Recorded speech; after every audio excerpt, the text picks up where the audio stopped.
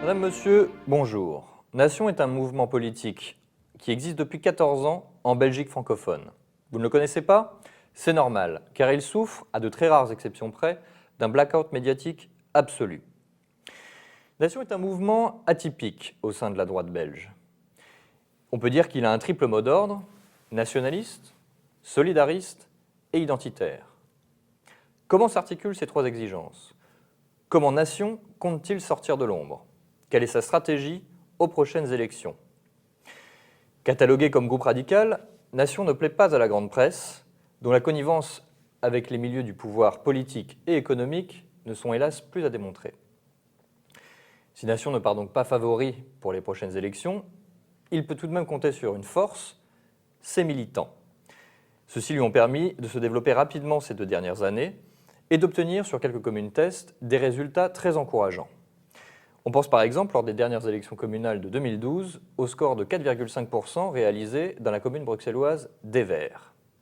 Aujourd'hui, nous donnons la parole à 2 représentants du mouvement Nation, Patrick François, président de l'arrondissement Ath-Tournai-Moucron, où vous serez tête de liste aux élections du 25 mai prochain à la Chambre pour le Hainaut.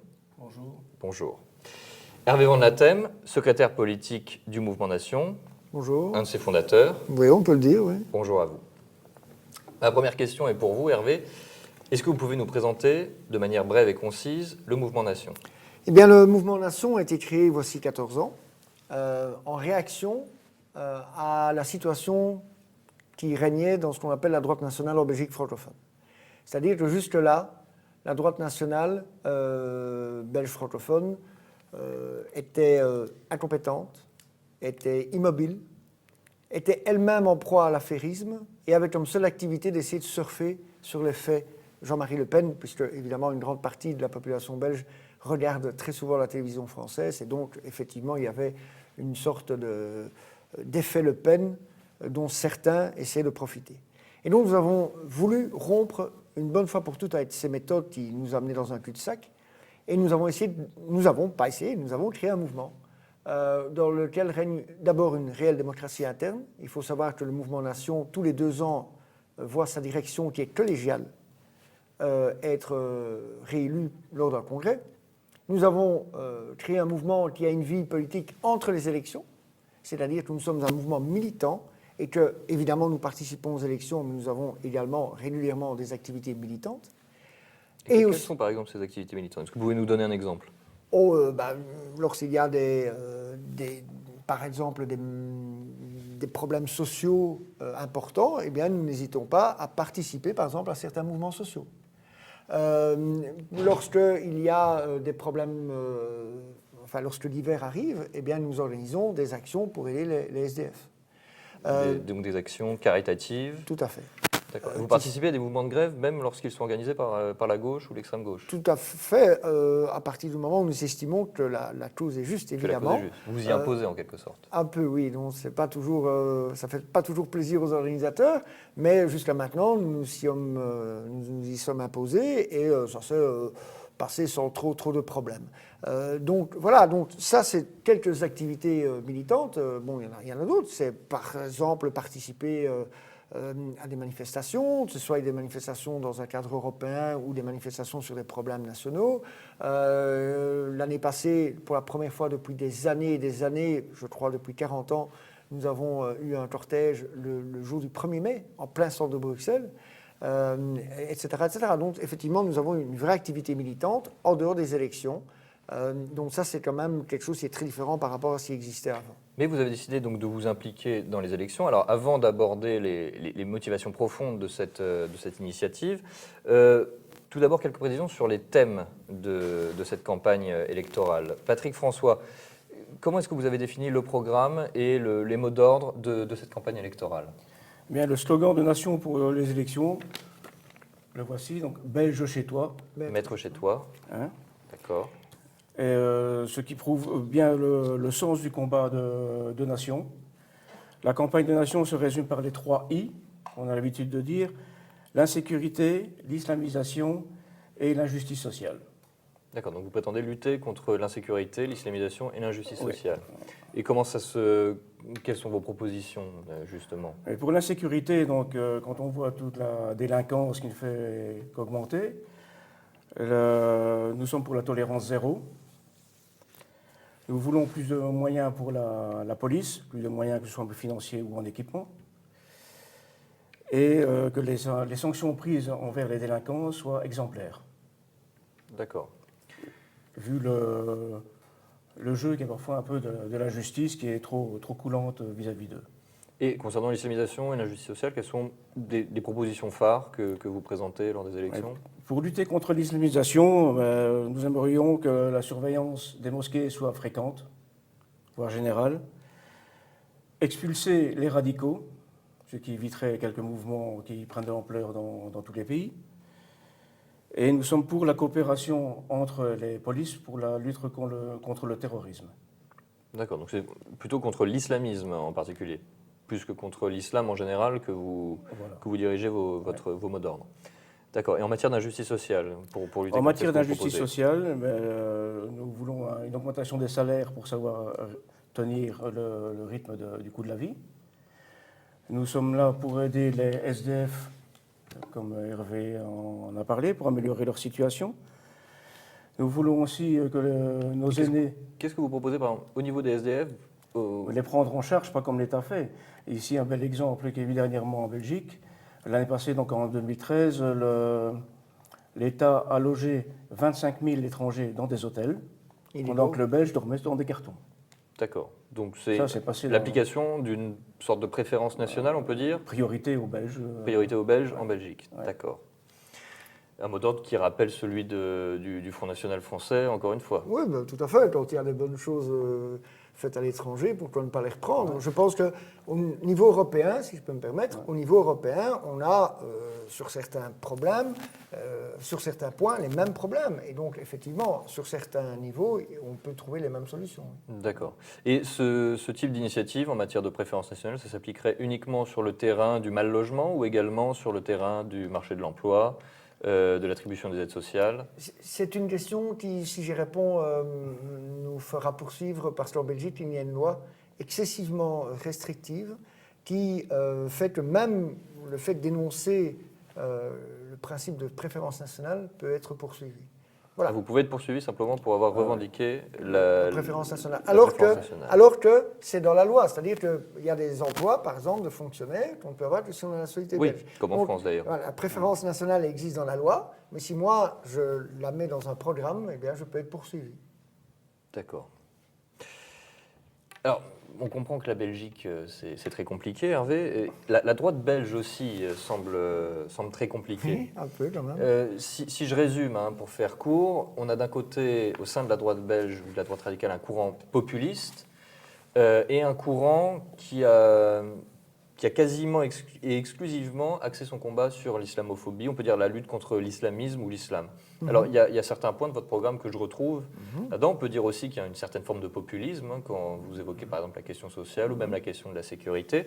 Est-ce que Nation se situe dans ce giron-là? Où se situe-t-il entre les deux, ailleurs? Comment est-ce que vous pourriez préciser les situations? Moi, je dirais que quand même Nation est très différent par rapport à tous ces courants que vous venez de citer. D'abord, dans la manière d'être et de faire. Hein. Comme on l'a déjà dit, nous sommes un mouvement vraiment militant et pas seulement électoraliste. Or, très souvent, les courants dont vous parlez ne s'activent que quelques mois avant les élections et disparaissent quasiment aussitôt après, ou lorsqu'ils ont quand même quelques élus, eh bien, on n'en entend plus jamais parler. Mais nous sommes aussi très différents au niveau des idées.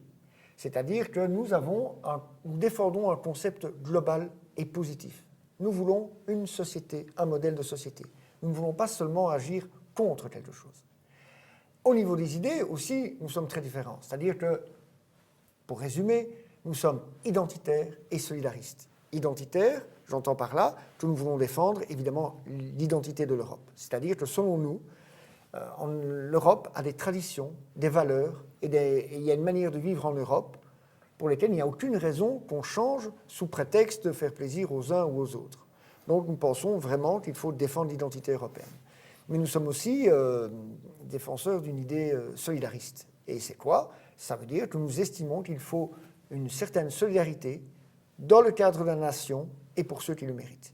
Et donc, voilà, pour nous, ce n'est pas parce que des gens ont quelques slogans populistes ou sont obsédés par l'islam que forcément ils défendent la même société que nous.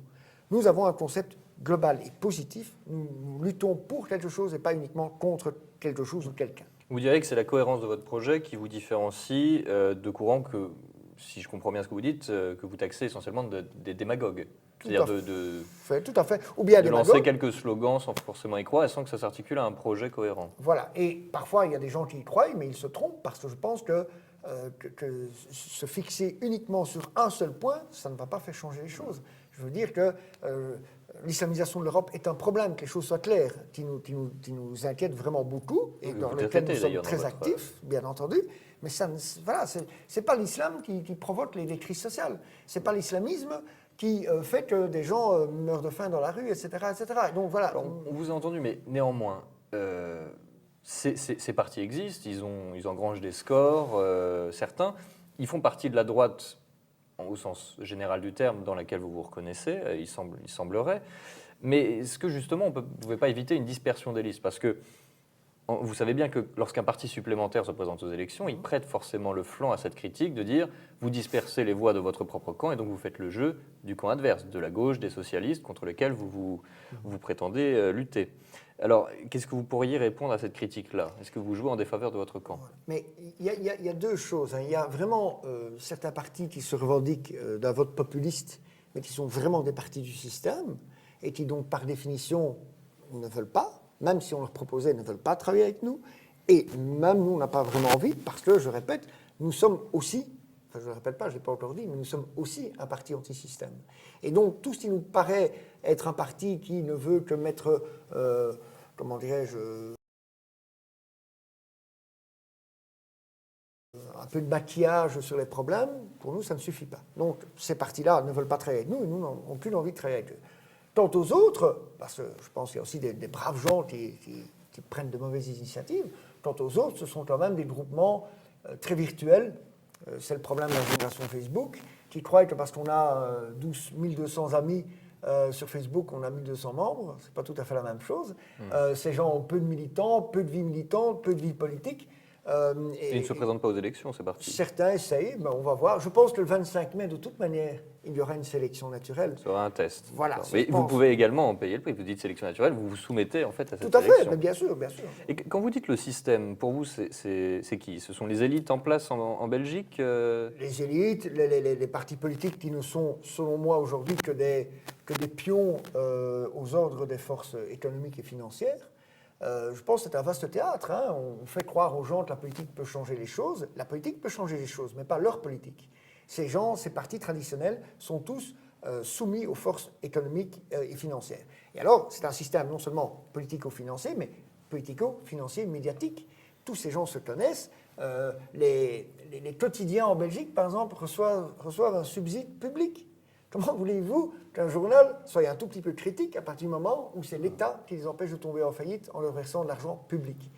Voilà, donc tout ça est un vaste système politico-financier et médiatique dans lequel nous ne nous retrouvons absolument pas. Donc pour vous, vous ne faites pas partie du camp vous ne faites pas partie du même camp que le courant populiste ou que le courant islamophobe. Pas du tout. Nous sommes très différents, nous sommes identitaires, c'est-à-dire qu'on défend notre identité, ça ne veut pas dire qu'on nie ou qu'on insulte celle des autres. Nous sommes très, très accrochés, très défenseurs de notre identité, et nous sommes solidaristes, nous avons une vraie fibre sociale. C'est pour ça que nous refusons le terme d'extrême droite, mais pas seulement pour des raisons médiatiques, mais aussi simplement parce qu'on n'a rien à voir, on n'est pas à la droite de la droite, bien au contraire. Mais êtes-vous de droite même? Non, pas du tout. Nous disons souvent ni gauche ni droite. Je dirais que nous sommes, sans reprendre l'expression d'autres personnes, mais je pense que sur un plan sociétal, nous serions plutôt de droite, mais sur un plan social, nous serions plutôt de gauche. Mais je pense que gauche-droite, ça ne veut plus rien dire. Au contraire, c'est vouloir classer les gens dans un rôle bien particulier, et nous refusons ça. D'accord. C'est un clivage médiatique, c'est un clivage du système, Tout à fait. droite-gauche pour vous? Tout à fait. D'accord.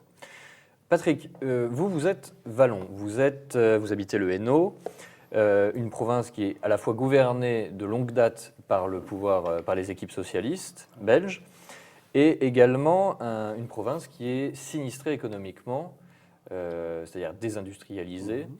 Est-ce que vous avez, en ce qui concerne le Hainaut, est-ce que vous avez adapté le programme de Nation? Est-ce que vous avez insisté plus sur un volet que sur l'autre? Est-ce que c'était sur le volet justice sociale, sur le volet insécurité? Comment est-ce que vous avez modulé en fait les propositions du mouvement Nation?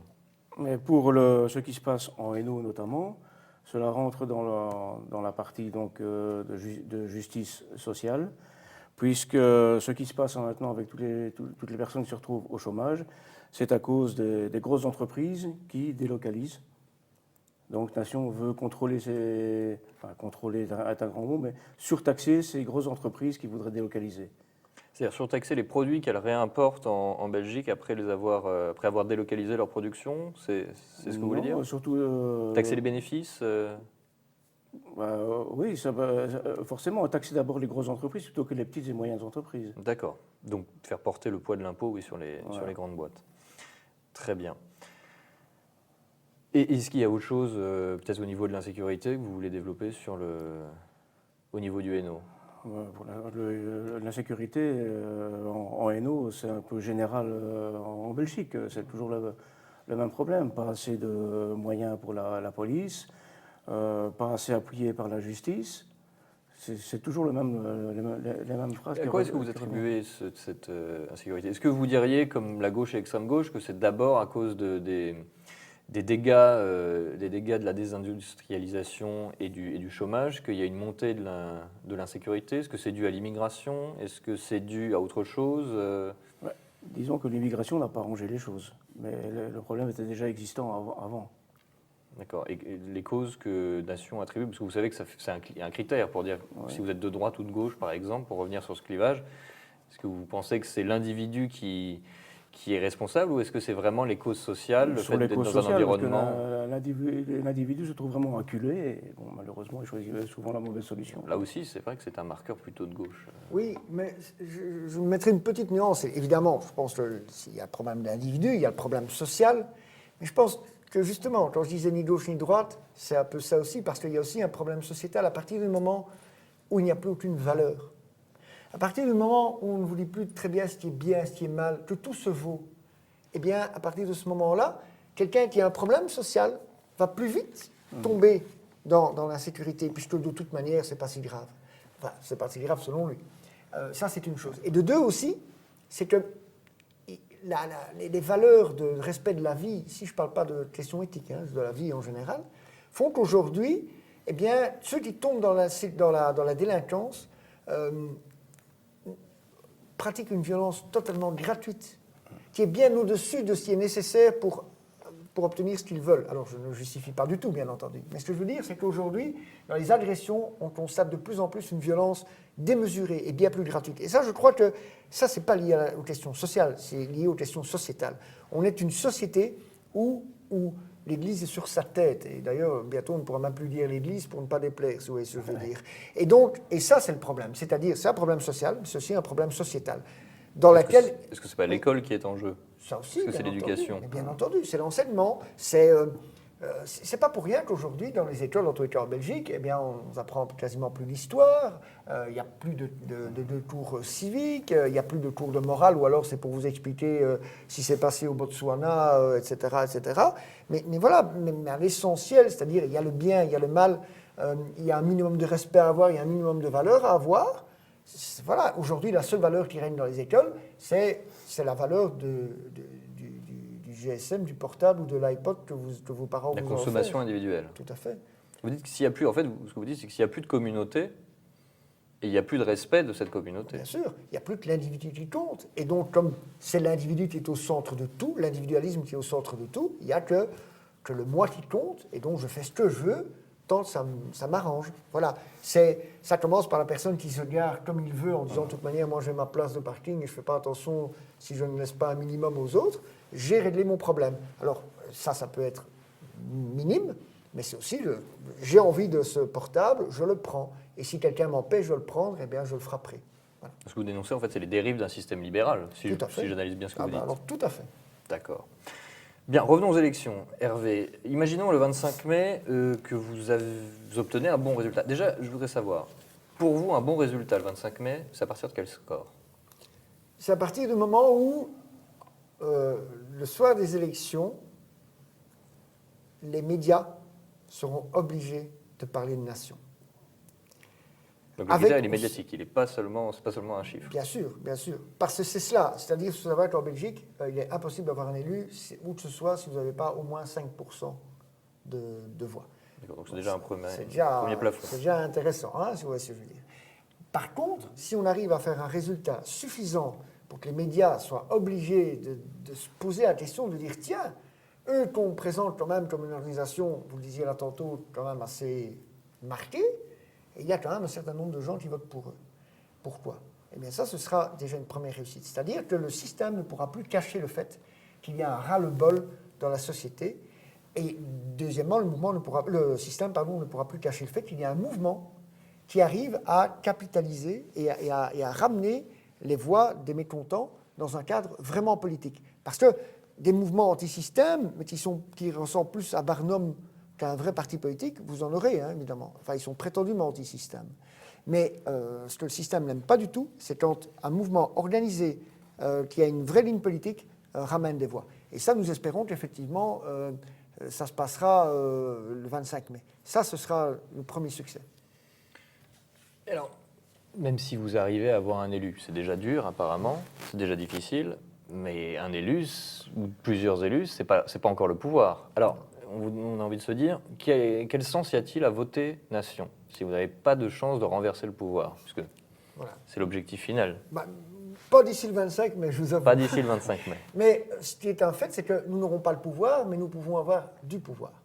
Le premier, c'est que dans une société où tout est de plus en plus communautarisé, où le monde politique fait de plus en plus attention à faire plaisir à telle communauté, à telle communauté, à telle communauté, eh bien, le premier pouvoir que nous aurons, c'est de faire entendre la voix de ce qu'on appelle des belgo-belges, des Belges de souche, et montrer qu'il y a aussi un parti pour ces gens-là, pour faire entendre leur voix, leurs craintes et leurs peurs. Si nous arrivons à avoir au moins un élu dans les assemblées qui sert à ça, eh bien, nous aurons au moins du pouvoir. La deuxième manière dont nous aurons du pouvoir, eh bien, c'est de pouvoir être dans les assemblées pour critiquer, contester, mais aussi contrôler ce que font les partis traditionnels. Et enfin, la troisième manière dont nous aurons du pouvoir, c'est parce qu'une percée électorale nous donnera d'abord une publicité évidente et aussi des moyens logistiques qui nous permettront d'encore plus nous développer. Alors, vous avez parlé des Belges de souche. Et en même temps, vous dites que vous luttez contre la communautarisation de la nation belge. Est-ce que ce n'est pas un petit peu contradictoire, à la fois de revendiquer la représentation d'une communauté, tout en disant nous sommes contre le communautarisme? Bien sûr. Mais en fait, c'est une réaction. À partir du moment où la communautarisation a commencé, la première chose qu'il faut faire, eh bien, c'est représenter sa communauté. Et quand vous êtes la force qui représente votre communauté, après, vous pouvez commencer un dialogue avec les autres communautés et essayer de se parler et de se dire, bon, maintenant, il faut arrêter. Vous êtes dans une logique de dialogue avec les autres communautés, même avec des mots d'ordre qui peuvent apparaître comme un petit peu radicaux, durs sur la question de l'islamisation. Ah ben, voilà, mais là, tantôt, vous posiez la question à mon collègue et il vous a bien répondu. On a un problème avec l'islamisation, on a un problème avec les extrémistes, on a un problème avec les radicaux, on a un problème avec les gens qui veulent changer le visage de notre société. Si maintenant quelqu'un vient avec des bonnes intentions, qui ne veut rien imposer, qui veut participer à une construction d'une vraie société où les droits sont égaux, en particulier pour les femmes, etc., on peut parler avec ces gens-là. Mais qu'ils n'oublient jamais que l'Europe a une tradition et des valeurs. À partir du moment où les gens acceptent ça, moi je peux parler avec tout le monde, je n'ai pas de souci avec ça. Le problème, c'est qu'aujourd'hui, oser simplement dire qu'il faut lutter contre l'islamisation, on vous traite déjà de radicaux, alors que dans plein de pays, c'est tout à fait normal de lutter contre la radicalisation, la vraie, celle des islamistes, en particulier dans les pays arabes d'ailleurs. Oui, je vois, vous faites allusion au conflit au niveau des printemps arabes, c'est ça? Oui, tout à fait. Quand on voit la Syrie, mais quand on voit l'Égypte et d'autres pays, ces gens-là luttent contre l'islamisation de la société. Et vous diriez que l'État belge est plus laxiste avec les islamistes que les pays que vous évoquez, comme les pays laïcs, les pays arabes laïcs, par bien, exemple? bien entendu, il n'y a qu'à voir, comment des jeunes issus d'immigration, qui ne sont même pas majeurs, arrivent à se faire d'abord recruter en Belgique et à partir comme ils veulent aller faire le djihad en Syrie. Et voilà, alors évidemment, depuis qu'on en a appris qu'il y avait plusieurs centaines, alors le gouvernement joue un peu les durs, hein, il fait des effets de manche, et de temps en temps, quand il y en a un qui revient, on l'arrête pour dire que. Mais en attendant, le recrutement continue, et ça part par dizaines. Donc à partir de ce moment-là, effectivement, moi je pense qu'on est bien plus laxiste avec les islamistes que certains pays arabes, ce qui est quand même le comble. Très bien. On va passer donc du coup à un point plus pragmatique. Si on veut voter pour Nation le 25 mai, où est-ce qu'on peut le faire? Dans quels endroits est-ce que des listes Nation sont présentes? En fait, donc, le 25 mai, c'est des élections mais alors, vraiment générales. Vous savez que la Belgique, c'est un pays un peu compliqué. Et donc, il y a des élections régionales, donc pour les parlements les parlements régionaux. Il faut savoir qu'il y a 4 régions, au moins en Belgique francophone. C'est la région wallonne, la région bruxelloise, la région flamande et même la région pour un parlement pour la communauté germanophone. Donc, évidemment, Petite communauté germanophone toute petite, oui, dans le nord de la Wallonie. Mais tout à fait, mais dont les droits sont garantis dans la Constitution et qui leur permettent d'avoir D'accord. une communauté, un parlement pour leur communauté. Donc, Nation évidemment est un mouvement francophone. Donc, en fait, nous serons présents aux élections régionales. Alors, dans les arrondissements de Bruxelles, de Charleroi, de Mons, de Soigny, de Hâte, Tournai-Moucron, de Namur, de Liège, et j'espère que je n'ai oublié personne. Alors il y a les élections à la Chambre, donc les élections fédérales pour la Chambre des représentants, qui est la dernière assemblée fédérale qui existe. Et là, nous aurons des listes dans toutes les provinces, à une exception, c'est la province de Luxembourg. C'est une région un peu particulière, un peu rurale, où on a, c'est à nous à régler le problème, mais on a actuellement un déficit de membres et de cadres assez formés que pour pouvoir créer des sections, etc. On y travaille, mais bon, voilà. Alors, il y a les élections européennes, ça, malheureusement, nous n'y serons pas présents. Pourquoi? Tout simplement parce qu'il faut 5000 parrainages de citoyens pour présenter une liste. Et vous n'avez pas 5000 citoyens qui vous soutiennent en tout cas, on n'a pas eu le temps de les trouver. Il faut savoir que contrairement justement à certains petits partis électoralistes, nous n'avons pas sacrifié notre activité militante et notre vie de mouvement uniquement à la recherche des signatures. Je peux dire qu'on n'en a jamais eu autant, c'est pas la première fois qu'on se présente aux élections, et on n'a jamais eu autant de signatures et de parrainages. Il faut savoir qu'en fait, en Belgique francophone, on peut avoir en tout 20 listes pour ce genre d'élection. Nous en aurons 13. La dernière fois que nous avons eu des listes, on en avait 3. Est-ce que vous voyez? Donc 13 listes, c'est un ratio comparable à celui du Front National français par rapport au municipal. Je crois même que c'est plus, en termes de pourcentage, c'est même plus élevé qu'eux. Ah ben voilà, donc vous voyez. Voilà, maintenant, voilà, ça, ce seront donc les possibilités pour les gens de voter. Ils pourront voter pour nous au niveau de la Chambre et ils pourront voter pour nous pour les parlements régionaux. Très bien, on va passer aux questions qui fâchent. La première est pour vous. Hervé, il y a la réputation du mouvement Nation, il y a votre réputation aussi, puisque vous êtes le militant historique du mouvement. Et Nation a la réputation d'être un groupe radical, les médias disent extrême droite. On vous parle aussi souvent de votre activisme. À vous, comment est-ce que vous justifiez tout ça? Est-ce que vous avez déjà besoin de le justifier? Déjà pas. Ça, c'est une chose. Ce que je voulais simplement dire, c'est que je crois, je n'ai pas une culture énorme en latin, mais je crois que le mot radical vient d'un mot latin qui signifie la racine. Si effectivement être radical, c'est aller à la racine des problèmes, nous sommes radicaux. Nous voulons aller à la racine des problèmes. Si être radical, ça veut dire être des gros excités agressifs, ça, nous ne le sommes pas. Ça, c'est que les choses soient bien claires. Les médias ont parfois cette image de vous, parce que vous avez parlé de militantisme de terrain. Parfois, on peut presque parler de militantisme de rue. Et ça, les médias renvoient souvent une image, justement, de ce que vous dites, d'excités qui s'agitent, etc. Mais vous savez, si je vais prendre pour une fois un petit exemple par rapport à ma personne, si demain j'organisais une conférence de presse et que je me mettais à marcher sur l'eau au milieu du canal à Bruxelles, le lendemain, les médias diraient « Van Hatem ne sait même pas nager ». Donc, ce que je veux dire, c'est que je pourrais faire et dire ce que je veux. On va me ressortir qu'il y a 20 ans, j'étais jeune et que j'étais un peu énervé, et que, même pas énervé, mais que j'étais activiste, etc., et que je le suis toujours, et que, etc., etc. Moi, je pars du principe que pourquoi est-ce qu'on ne pose jamais la question à des politiciens traditionnels qui ont un passé à l'extrême gauche, qui ont levé le poing et chanté à l'international sur les dizaines de millions de morts du communisme, qui ont passé leur jeunesse à jeter des cocktails Molotov sur la police? Pourquoi ces gens-là ne posent jamais de questions sur tiens, quand vous étiez jeune, c'était un bon engagement ou pas? Pourquoi est-ce qu'on ne demande jamais à des politiciens belges d'origine turque pourquoi est-ce que quand ils passent dans des émissions de télévision en Turquie, ils nient le génocide arménien?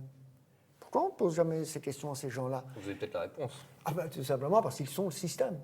Je pense que voilà, je veux dire, on est gauchiste à 20 ans et on est membre du Parti socialiste à 30 ans, et à 40 ans, eh bien, on est dans les conseils d'administration des banques. C'est ça la réalité de la gauche et de l'extrême gauche. Nous sommes hors du système. Et il y a une chose que j'assume absolument, c'est d'avoir toujours été en dehors du système. Alors après, je répète, le jour où des gens d'extrême gauche s'expliqueront sur leur passé, eh bien moi je commencerai à me pencher sur le mien. Mais moi j'assume, j'ai jamais rien fait de mal dans l'absolu. Tout ce que j'ai fait pour défendre mes idées. À 20 ans, à 49 ans, on défend plus ses idées comme on a 20 ans. Voilà. La question de savoir est-ce qu'on doit naître démocrate ou bien le devenir? Moi je pense qu'aujourd'hui, Nation est bien plus démocratique comme mouvement que certains partis traditionnels. Pourquoi vous seriez plus démocrate? Pourquoi est-ce que vous avez plus de respect pour la démocratie que les partis traditionnels? Eh bien, par exemple, parce que nous, si demain nous arrivions à faire quelque part, même si on ne les aime pas du tout, eh bien, on autoriserait certains groupes d'extrême gauche à pouvoir tenir leur meeting. Ce n'est pas le cas, comme par exemple, si c'est passé jeudi passé, en plein centre de Bruxelles, où le bourgmestre de Bruxelles, socialiste, a interdit un meeting électoral. Nous sommes en Belgique en campagne électorale officielle. Il a essayé d'interdire, parce qu'ils ne se sont pas laissés faire via le Conseil d'État, mais il a essayé d'interdire un meeting d'un parti politique, qui est le Vlaams Belang, pour ne pas le citer, qui est un parti qui a des dizaines de députés. Et ça s'est terminé comment? Mal, puisqu'il y a eu des incidents qui ont été d'ailleurs, dans lesquels la police de Bruxelles a une énorme responsabilité, parce qu'ils les ont laissés éclater.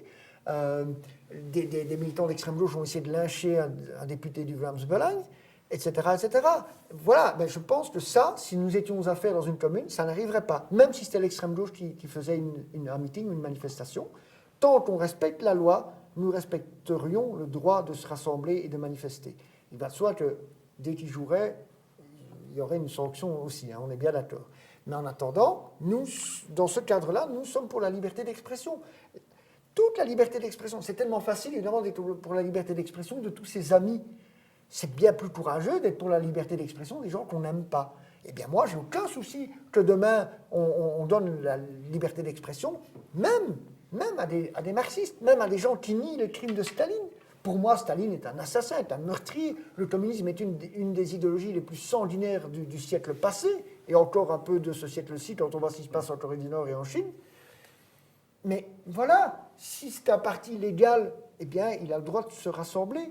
Je ne suis pas d'accord avec eux, je déteste ce qu'ils ont fait, mais moi, je vous défendrez la liberté d'expression. Voilà. Ce qui n'est pas le cas des partis traditionnels qui, quelque part, je pense, ont un peu peur de nous quand même, et qui donc essayent de restreindre cette liberté d'expression. Donc en cela, je pense que nous sommes bien plus démocrates que...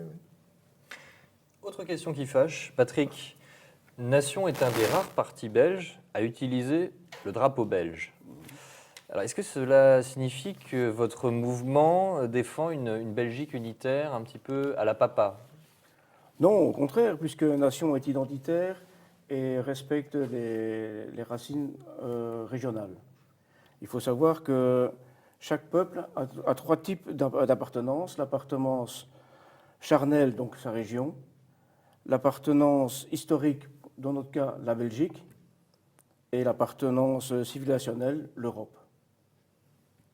D'accord. Alors pourquoi ce choix justement du drapeau belge et pas d'un drapeau wallon ou du drapeau européen ou du drapeau Ouais, le drapeau belge drapeau est quelconque. le drapeau belge est un symbole de l'inquiétude contre l'islamisation. Et c'est en même temps un signe de résistance. On est belge, on veut rester belge. D'accord. Et vous ne pensez pas qu'il peut y avoir une confusion? Par exemple, Hervé, vous avez attaqué violemment le système. On pense que derrière cette attaque, il y a aussi une attaque de l'État belge, l'État institutionnel.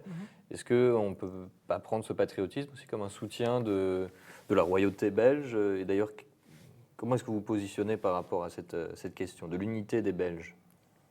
Mais comme il disait, comme la Belgique, allez, la Belgique c'est un État de fait, c'est incontournable, la Belgique existe aujourd'hui depuis 200 ans.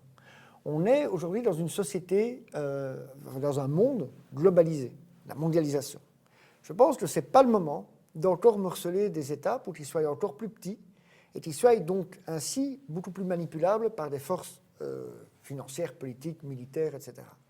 Je pense que quand on voit la puissance, le poids des États-Unis d'Amérique, de la Chine, de l'Inde, qui est une puissance émergente, je pense qu'il faut plus d'Europe, pas l'Europe de Bruxelles, pas l'Europe des technocrates, mais il faut qu'il y ait un bloc européen. Un bloc européen, c'est déjà difficile à 10, 20, 30 nations. Imaginez ce que ça va être si on commence par encore découper ces régions-là. Et alors, justement, Ouais. j'entends bien ce que vous dites, vous êtes partisan d'une Belgique unie. Néanmoins, vous venez d'évoquer il y a quelques instants le fait que vous aviez soutenu le Vlaams Belang lors d'un de ces meetings électoraux. Est-ce que justement, c'est pas paradoxal, le Vlaams Belang étant réputé pour être un parti indépendantiste flamand? Oui, oui. Mais les choses soient claires, hein. Lors de cette activité, nous n'avons pas soutenu le Vlaams Belang. C'est-à-dire que, un peu ulcéré d'entendre l'extrême gauche parler d'un fascisme qui n'existe plus depuis 60 ans, des militants à nous ont voulu un peu les mettre devant leurs contradictions avec un calicot où on dénonçait le fascisme, les deux fascismes qui existent encore aujourd'hui, le fascisme rouge, la Corée du Nord, la Chine, les dictatures communistes, et le fascisme vert, le fascisme islamiste. Voilà ce qui s'est passé. Et donc, effectivement, là, les militants d'extrême gauche n'étaient pas très heureux de nous voir, mais on n'était pas là pour soutenir le Vlaams Belang. Sinon, de dire qu'il n'y a aucune raison qu'on interdise les meetings de ces gens-là, ni les nôtres, bien entendu, mais pas non plus le Vlaams Belang. Le Vlaams Belang, on a plein de divergences avec eux, en particulier sur le plan social, en particulier sur le plan des questions de politique internationale, etc. etc. Vraiment, c'est loin d'être des amis. Mais il n'y a aucune raison pour laquelle on peut les interdire. On peut interdire leurs meetings. Il n'y a aucune raison que leurs députés valent moins que des députés voleurs du Parti socialiste. Il n'y a aucune raison que leurs députés vaillent moins que les députés écolos, qui sont des anciens extrémistes de gauche, fumeurs de joint, pour certains anciens soutiens à la cause de la pédophilie, etc., etc. Il n'y a aucune raison, bien au contraire. Alors je peux ne pas être d'accord, et je ne suis vraiment pas avec le Vlaams Belang et Philippe de Winter, mais moi je dis que personne n'a le droit d'essayer de lyncher Philippe de Winter. Maintenant, on n'était pas là pour leur servir de service d'ordre, on était là pour faire entendre notre voix en disant, vous les extrémistes de gauche, vous vous moquez du monde, vous parlez d'un fascisme qui n'existe plus pour faire oublier que les partis traditionnels sont en train d'amener ce pays dans le chaos. Tout ça, c'est de la diversion. L'extrême gauche aujourd'hui, ce sont les sections d'assaut du Parti socialiste. Ce sont les SA du Parti socialiste. Vous diriez que vous étiez là en tant que démocrate contre les fascistes? Ah, bien sûr. Je signale quand même que sur les images, il y en a eu beaucoup à la télé belge et même sur Euronews, c'est l'extrême gauche qui porte des masques, qui sont habillés en black bloc, qui portent des casques, enfin, pas sur la tête, mais manifestement comme des armes. Voilà, c'est eux. C'est eux qui voulaient interdire un meeting. C'est pas nous. Donc je pense que là, effectivement, oui, nous étions là nous étions les seuls démocrates de la soirée, oui. Très bien. Hervé, il y a également une autre question. Vous avez évoqué le Vlaams Bloc. Alors le Vlaams Belang, va très mal. Aujourd'hui, c'est le NVA qui a pris le relais de l'indépendantisme flamand. Est-ce que justement, on parlait de cette divergence avec les mouvements nationalistes flamands, vous êtes un mouvement nationaliste belge, Est-ce que le fait que le NVA arrive en force pour ces élections ne vous facilite pas la tâche? Est-ce que vous pouvez plus facilement le définir comme ennemi que le Vlaams Belang? Il est clair que la NVA est un ennemi, un adversaire. Ennemi, c'est peut-être un mot un peu guerrier, mais c'est un adversaire. Pourquoi? Parce qu'il est un parti du système. Mais il est un parti du système qui, lui, a été boosté par ce système uniquement pour prendre des voix au Vlaams Belang. Ça, c'est certain. Le petit problème, c'est que je pense que le système ne croyait pas que le NVA allait prendre autant de voix, et pas qu'au Vlaams Belang. Le NVA, aujourd'hui, est le premier parti de Belgique. C'est en nombre de voix. Si on pouvait comparer, c'est le premier parti de Belgique. Maintenant, je voudrais quand même préciser une chose, parce qu'on a un peu changé de sujet de conversation, c'est que nous sommes évidemment un mouvement qui milite avec le drapeau belge, qui pense qu'il faut maintenir l'unité de la Belgique. Maintenant, sous différentes formes, hein, c'est pas la Belgique et la papa, hein, c'est pas un État unitaire et un point, c'est tout. Ça, on ne veut pas. On veut simplement qu'on trouve un accord avec nos amis flamands pour garder une unité. Et donc, je voulais quand même préciser que nous sommes très attachés à la défense des identités culturelles et régionales. Donc, ce n'est pas non plus notre nationalisme, n'est pas un nationalisme avec tout étant français, pour les Flamands, c'est la même chose. Ce n'est pas du tout le cas. Pas du tout. Nous sommes très attentifs à la défense des identités culturelles et régionales. Ça, je voulais quand même le préciser. Si le NVA est notre adversaire, c'est parce que c'est un parti du système, et qui en plus n'a même pas le petit dénominateur commun qu'on pouvait avoir avec le Vlaams Belang sur les questions de sécurité, sur les questions d'immigration. On avait au moins un petit dénominateur commun. Je pense que globalement, le Vlaams Belang, comme nous, la manière de traiter les délinquants, il n'y a pas beaucoup de discussion là-dessus. Mais la NVA, même pas. La NVA, c'est du... Vous le définiriez comment? Comme un parti libéral? Ah oui, bah, totalement, totalement. C'est-à-dire, d'ailleurs, dans les propositions de la NVA pour ces élections-ci, c'est, par exemple, l'imitation des droits des chômeurs, systématiquement, et d'autres mesures antisociales. La NVA au pouvoir en Belgique, ce n'est pas la fin de la Belgique, c'est la fin de la paix sociale en Belgique. C'est la fin des acquis sociaux en Belgique. Ça, c'est très certain. Et donc, en cela, c'est certainement un ennemi, bien plus qu'à cause des questions linguistiques. Pour conclure, Hervé, que veut Nation, au fond? Fondamentalement, que veut Nation pour la Belgique, pour l'Europe peut-être?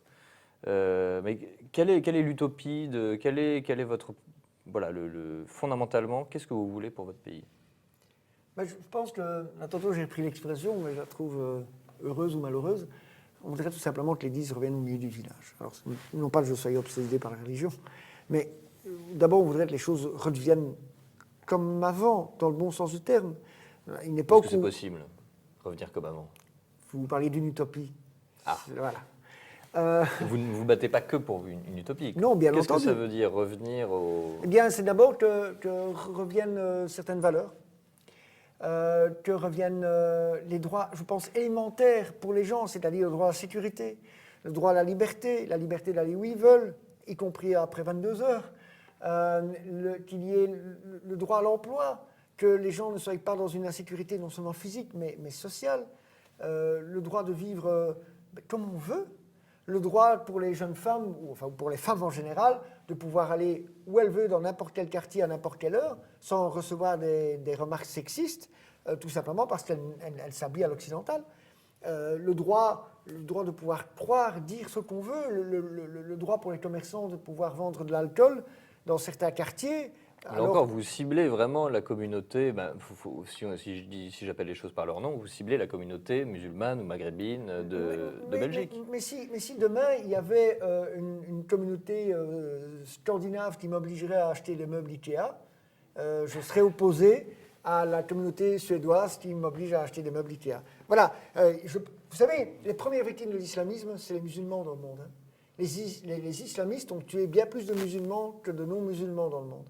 Donc, ce n'est pas un problème avec les musulmans, ce n'est pas un problème avec l'islam, c'est un problème avec les islamistes qui sont tolérés pour des raisons communautaristes par les partis traditionnels. C'est ça le problème. C'est du clientélisme Bien sûr, bien sûr. La moitié des élus régionaux du PS à Bruxelles sont d'origine musulmane. C'est pas un hasard. C'est pas un hasard. Aujourd'hui, le Parti socialiste est très embêté. Est-ce qu'ils professent tous un islamisme radical? Est-ce que ce n'est pas du clientélisme communautaire traditionnel, ou est-ce que c'est vraiment du clientélisme avec l'islam radical? Ce que je veux dire, c'est qu'on ne touche pas à l'islam radical parce qu'on que- a peur que la d'accord. communauté musulmane se sente attaquée. Et ça ne va pas. Ça ne va vraiment pas. Et voilà, il faut quand même aller dans les écoles à Bruxelles pour s'apercevoir qu'il y a un vrai problème d'islamisation de notre société. Un vrai problème.